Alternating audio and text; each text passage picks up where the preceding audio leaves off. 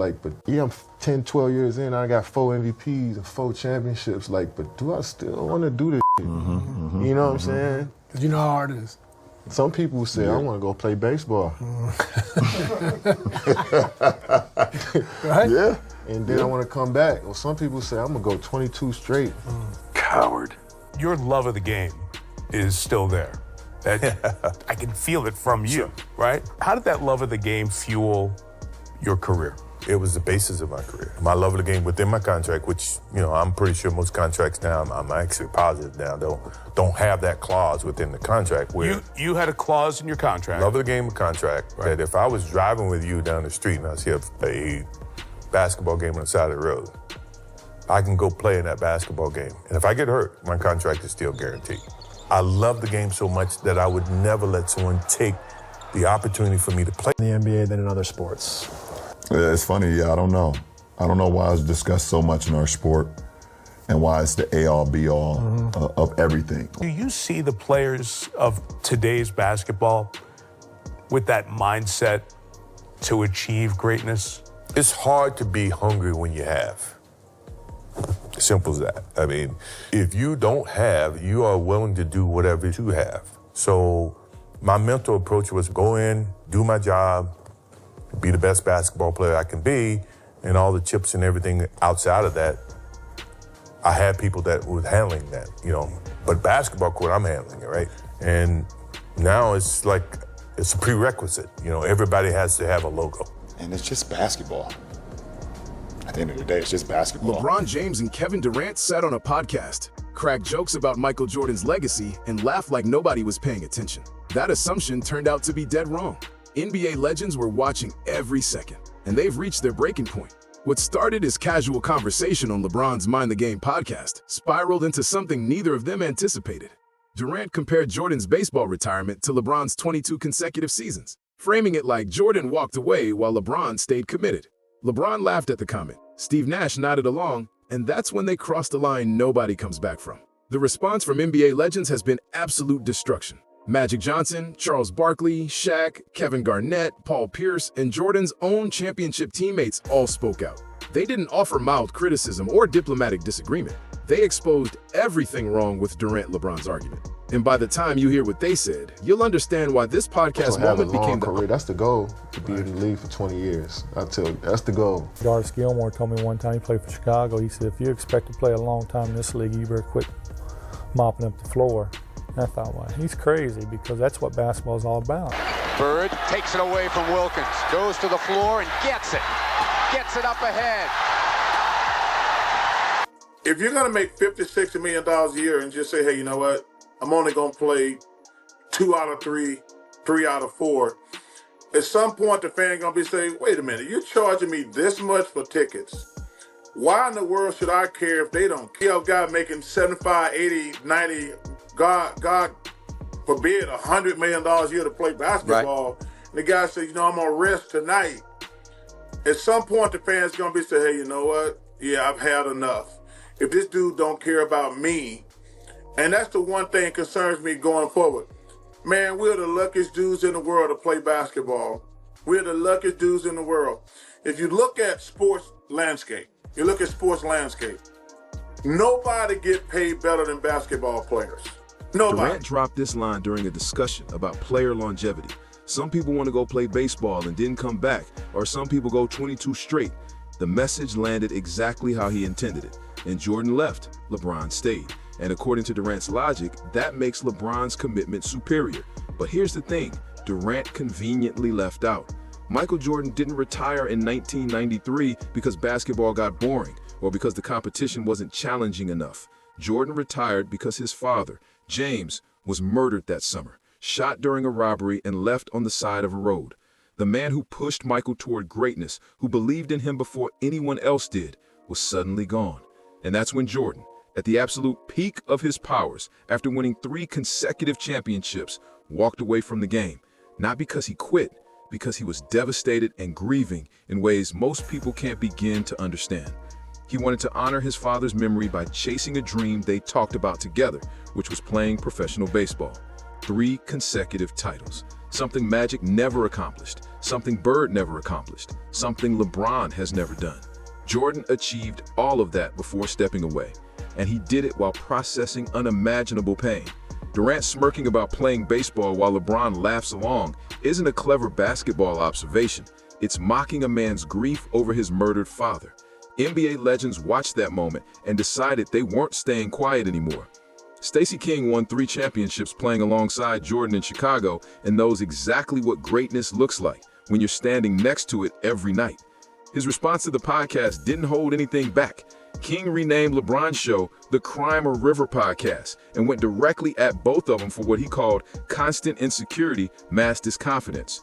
Great players don't need to tell people they're great, King explained. You let the fans decide that. You let the debates happen naturally on talk shows and in barbershops. But when you're constantly sitting on podcasts, comparing yourself to legends and pointing out what makes you special, that reveals something ugly about how you actually see yourself. And then King dropped the observation nobody can argue against. LeBron and KD and Steve Nash did their little podcast thing, and they always drag the legacy What of is it Michael called? Jordan. Is it called? Was it Cry Me a River? Cry Me a River. I think Cry Me a that's River it called, podcast? Oh my God. I tell you what, man, listen. I was watching that. Revisionist history, they should call it. Yeah, you know what, Mark? Great players don't have to tell people they're great. Yeah. That's true. You let fans do that. You let people debate it on talk radio and podcasts. You know, players don't have to do that. You know, that we all know you're great. You don't have to tell us. You know, when you have to go around trumpeting that you're great and what separates you from all the other people that makes you greater than them, that's a problem. You know, that's a problem. That's why I say it's a Cry Me a River podcast, because you're crying and moaning about what they said. And they were kind of sneak dissing MJ. If you really listen between the lines, you know, they were talking about, Kevin Durant was talking about how longevity is more important than rings and all that other stuff. Being in the league basically for 20 plus years shows the dedication and the hard work that you had to do to stay here. But he failed to mention, you know, the load management and this guy only playing in no more than 3 times in his career, you know, 82 games in a season. Yeah, right. LeBron's only played 1 time 82 games in a season. MJ 9 times in his career played 82 games, plus playoffs and championships. It goes into 115 games. So to listen to these guys discredit the former players and how great they were to you know, basically step on top of them to get themselves higher is really sad. Durant sat on that podcast preaching about longevity and dedication, talking about playing 20 years as the ultimate measure of commitment. What he failed to mention is that Kevin Durant has only played all 82 games 3 times across his entire career. 3 complete seasons and almost 2 decades of professional basketball. LeBron's number is even worse. He's completed a full 82-game season exactly once, 1 time in more than 20 years. These are the same 2 players lecturing everyone about commitment while sitting out games for rest, while load managing through regular seasons, while prioritizing their bodies over the fans who bought tickets expecting to see them play.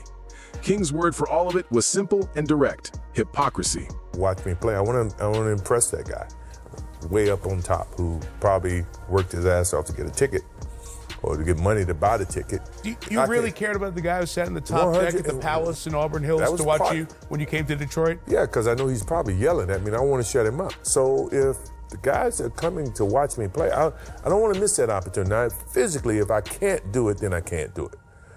But physically, if I can do it and I just don't feel like doing it, that's a whole different lens. It might not be in the team's best interest, in your best interest, to play all 82. Is that something you've thought about at all since you made the goal? That's a goal, but yeah, we'll see.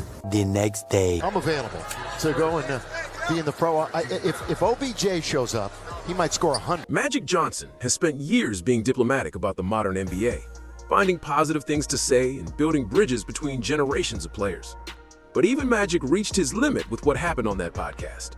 The difference between eras comes down to intensity, Magic explained. When the Lakers faced the Celtics, genuine hatred fueled every possession.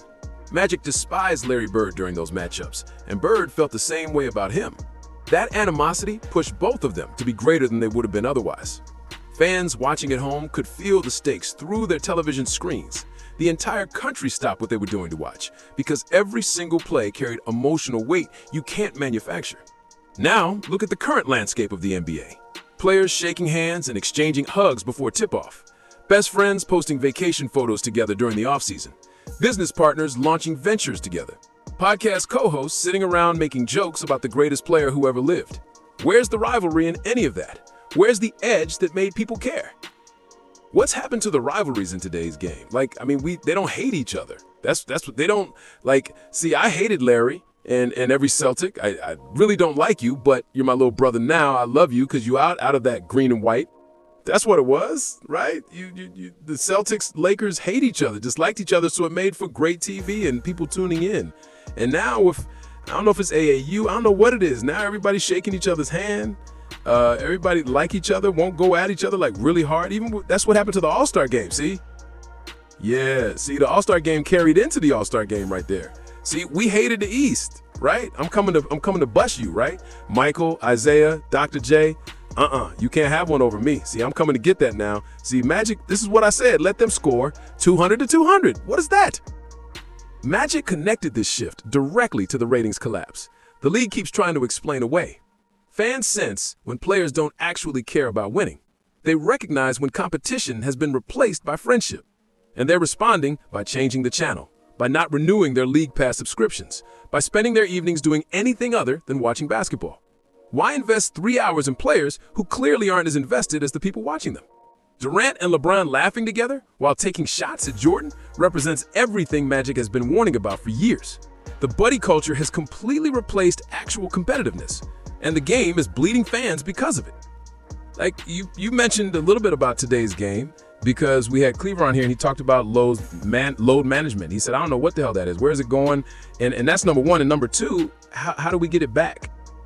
Even for me, I love the NBA game, but then I turn on to a game, right? And then the stars are not playing because of load management. It's hurting the game.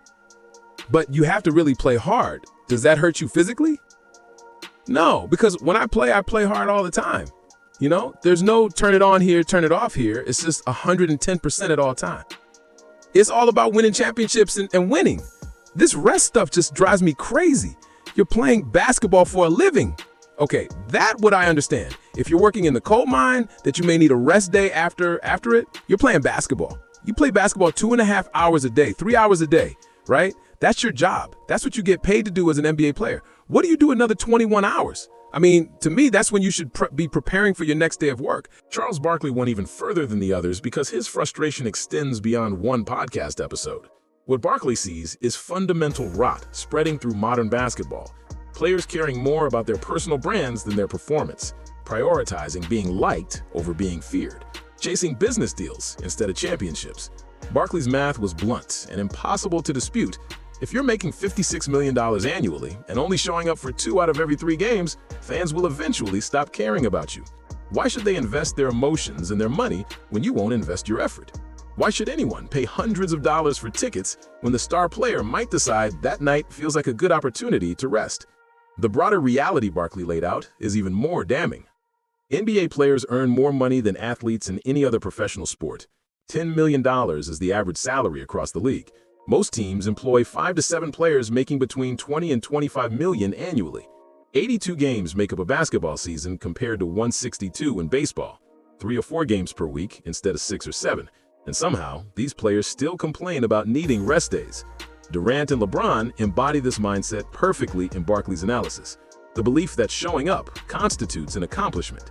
The argument that lasting 20 years while load managing and switching teams whenever pressure builds is somehow more impressive than what Jordan achieved across 13 seasons of complete domination. Kevin's a great player. I think that his legacy is complicated. You know, I don't like any guys who join super teams. I'm biased against LeBron when it comes comparing him to Michael, joining Dwayne and those guys, because, you know, when we have this debate, and LeBron's amazing and spectacular, but I was like, Michael didn't join anybody. He just kept getting his ass kicked and got bigger and got stronger and finally knocked the wall down. And, you know, Kevin, who's a great player, you know, other than the fact when he joined the Warriors, he hasn't been successful anywhere else. And I don't hold that against him, but he wants to be considered in that list. He's not on that list. He's not on that list. He's a great, great player, but he's not on that list. He wants to be like, wow, he's not in the GOAT conversation, because you're not. Plain and simple. Damn. You had great success when you joined the Warriors. But not only did you not have success, you actually flamed out in those other places. You got swept last year in the playoffs. You didn't even make a play in this year. But do you think that's harder now for guys and their social media and all this stuff? So they got to cut through the clutter here a bit, right? Yeah, that's true. I like to think that if I was playing today, right, I like to think that no matter what, my game is going to validate whatever I try to participate in away from the game. It's really tough for the kids today. Most of them do a great job of navigating what you are talking about, that as long as you understand that this is always going to be what you're remembered for. Basketball and your love for basketball should always be pure. We would play this game. I've always said this. We would play this game for free. We did. And now we just so happen to get paid for it. Generationally, I like to think that most of the time that people will remember Jordan based on what he did on the basketball court and not always the commercials that he did. Everything about that logic is backwards and is pushing fans away from a sport they used to love. Shaq's criticism came from a different angle entirely, focused on toughness and physicality and what it actually means to dominate rather than just survive. Modern players avoid the paint, Shaq observed. They don't want to feel contact on their bodies. Shooting contested step-back threes appeals to them more than establishing position down low and demanding the ball. Analytics have convinced an entire generation that three-pointers represent efficiency. But Shaq understands something spreadsheets can't capture. Playoff basketball operates on different rules than regular season basketball. When everything matters, when elimination looms, toughness decides outcomes. Heart decides outcomes. The will to impose yourself on another player decides outcomes. Jordan possessed that toughness in quantities nobody has matched since. He absorbed contact every single night and came back the next game hungry for more. Injuries that would sideline current players for weeks barely slowed him down. So I've heard players say, including myself, I feared Mike. I've heard players in your generation say they feared Kobe. I've never really heard any player say they feared LeBron. And then like the generation, they talk so much about the game today, and it makes you go back and watch the game back then, and it makes you not even want to appreciate it no more like I did when I was a kid. Like it's like Durant stands 7 feet tall, but moves like a guard, refusing to use his size advantage and drifting to the perimeter for comfortable jump shots. LeBron came into the league with physical gifts that should have made him the most dominant defender of his era, but he picks his spots. He conserves energy. He manages his effort level based on how important he decides each moment is. That's not championship DNA operating in either of them. That's survival instinct disguised as longevity. And Shah sees right through the distinction. But our game is supposed to be more structured. This game we're watching now, I don't know what we're watching now. They say I said the 90s and it was way harder than this. You guys, this is like kind of soft. Kevin Garnett and Paul Pierce added something that other legends hadn't touched on, which was preparation and conditioning and why modern players physically cannot handle complete seasons anymore. Garnett doesn't believe today's NBA players train at the level required for real fitness. They think they're in shape until they talk to someone who actually prepared the old way. Back when Garnett played, practices happened every day at game speed intensity. Full 5-on-5 scrimmages with real contact and real consequences. Hours of that work built the conditioning required to play 82 games, followed by deep playoff runs without your body breaking down. Current players show up, do individual work with a personal trainer for 30 minutes or maybe an hour, and they do it at half speed. Then they expect to perform at full intensity for 2 straight hours during actual games, and act confused when their bodies fail them. Garnett got specific about where the problem starts. Calf muscles function as your foundation for every movement on the basketball court. Modern players skip basic calf raises. They skip the boring conditioning work that prevents injuries. Then they need load management programs because they're constantly dealing with physical problems they created through their own neglect. The numbers expose the contradiction completely. Durant preaches about longevity while completing only 3 full seasons across his career. LeBron preaches about dedication while completing exactly 1. Jordan played all 82 games multiple times, logged massive minutes every night, and showed up because he respected the fans in the competition. The gap between what these players say and what they actually do couldn't be more obvious. The mathematics of this debate destroyed Durant and LeBron's argument before any discussion of intangibles begins. 39 NBA seasons is what they've played between them, nearly 3 times longer than Jordan's career. Almost 40 years of professional basketball from 2 of the most talented players ever. And what do those 4 decades of combined effort produce? 6 championships total, 5 regular season MVPs combined, 6 finals MVPs, 5 scoring titles, 5 all-defensive selections combined. Jordan's numbers across 13 full seasons tell a completely different story. 6 championships, 6 finals MVPs, 5 regular season MVPs, 10 scoring titles, 9 all-defensive first-team selections. 1/3 of the time produced more than double the results. That's not opinion requiring debate. That's arithmetic. Longevity doesn't equal greatness when you're accomplishing less with more time than someone who dominated completely with less opportunity.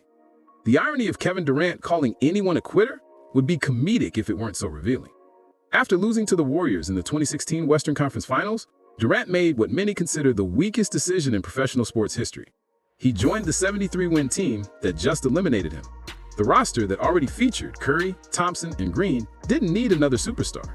But Durant needed their success because the pressure of actually leading a team to a championship proved too heavy for him.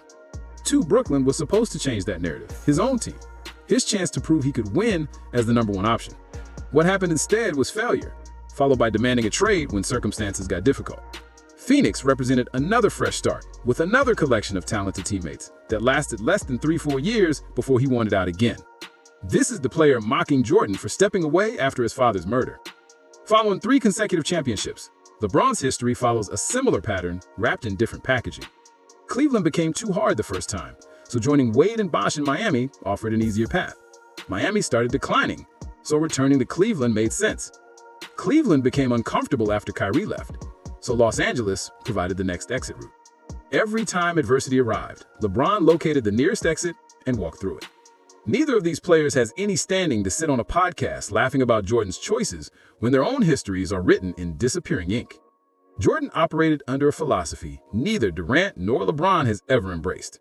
Longevity meant nothing to him. Perfection meant everything. Every season, every game, every possession existed to maximize himself and his team. Win championships. Dominate on both ends of the court. Leave everything on the floor every single night, regardless of what it cost his body. Jordan expressed this directly when he said burning out simply meant burning out. His career would be short, and then he'd go play golf somewhere warm. Worrying about year 20 never entered his mind. Being the best occupied all his thoughts. Winning occupied all his energy. Building a legacy on dominance instead of durability drove every decision he made. That mentality explains why his legacy remains untouchable decades after his retirement. When NBC needed someone to help fix the cultural problems plaguing modern basketball, they didn't call LeBron, they called Jordan. His name carries more weight than any current player despite being absent from the court for more than 20 years. Podcasts aren't necessary to defend what he built. Championships defend it. Finals MVPs defend it. 10 scoring titles defend it. The work defends itself without anyone needing to explain it. Durant attempted damage control on social media after the backlash became overwhelming. He announced he'd talk about Jordan's retirements every day for the rest of his life and asked what anyone planned to do about it. Every time he brings up the subject, people respond by reminding him of the context he ignores: the murder, the grief, the 3 championships completed before walking away. Then they remind him of his own history, including the team hopping, the failures without Curry standing next to him, the burner accounts he used to defend himself anonymously, and the load management programs he requires to stay functional. Disrespecting genuine greatness produces consequences that compound over time. It exposes insecurities the person making the comments hope to hide. It demonstrates awareness that you don't belong in the conversation you're trying to enter. So tearing down the people above you becomes the only strategy available. Jordan never criticized players who came before him. Kobe never questioned the legends who built what he inherited. They honored basketball history because they understood they were building on foundations other people laid. They earned their legacies through winning, not through podcast episodes questioning other people's decisions. Every NBA legend who spoke out delivered the same message using different words. History doesn't get rewritten by people who didn't write it in the first place. Mocking the sacrifice and pain of the greatest player ever because you're insecure about where you rank accomplishes nothing except revealing that insecurity to everyone watching. Longevity doesn't equal greatness. Surviving doesn't mean thriving. And disrespecting the legends who built everything you're benefiting from guarantees you'll get exposed when they decide to respond. And Durant and LeBron believed they were being clever. On that podcast, a few jokes about baseball seemed harmless enough in the moment. What they actually accomplished was uniting NBA legends against them in a way nothing else could have. Magic, Barkley, Shaq, Garnett, Pierce, King, all saying variations of the same thing. Respect the history. Respect the sacrifice. Respect the game that made you rich and famous. True greatness requires no convincing. Championships speak for themselves. MVPs speak for themselves. Impact that echoes decades after retirement speaks for itself. Everything that podcast proved is that Durant and LeBron know they don't belong on Jordan's level. Changing the measuring stick seems easier than actually reaching the standard it measures, which is exactly what they attempted with their longevity argument. None of that worked. Greatness recognizes greatness, and everyone watching can see exactly who measures up and who falls short. No amount of seasons played will change that math. No amount of podcast episodes will rewrite that history. No amount of load management will justify that gap. If you think these legends call this disrespect correctly, hit that like button. If you're tired of modern players attempting to redefine what greatness actually means, drop a comment below. And if you want more truth about what's really happening in basketball, subscribe right now. This one is nowhere close to over.